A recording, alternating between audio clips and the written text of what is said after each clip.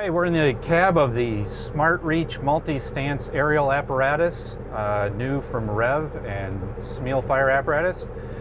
We're demonstrating this stabilizer collision feature. You can see on the driver's screen here, we've got a top view of the aerial device with little green horns pointing out in four directions. Each one represents the stabilizer location.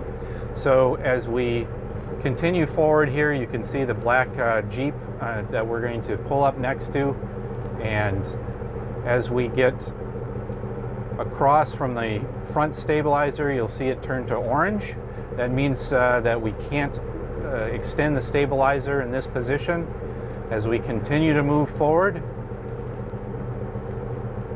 you see we line up with the rear stabilizer, it turns orange, and then if we keep going, we move out of the zones and both go back to green again, indicating that the operator is in a location that all of the stabilizers can be fully extended.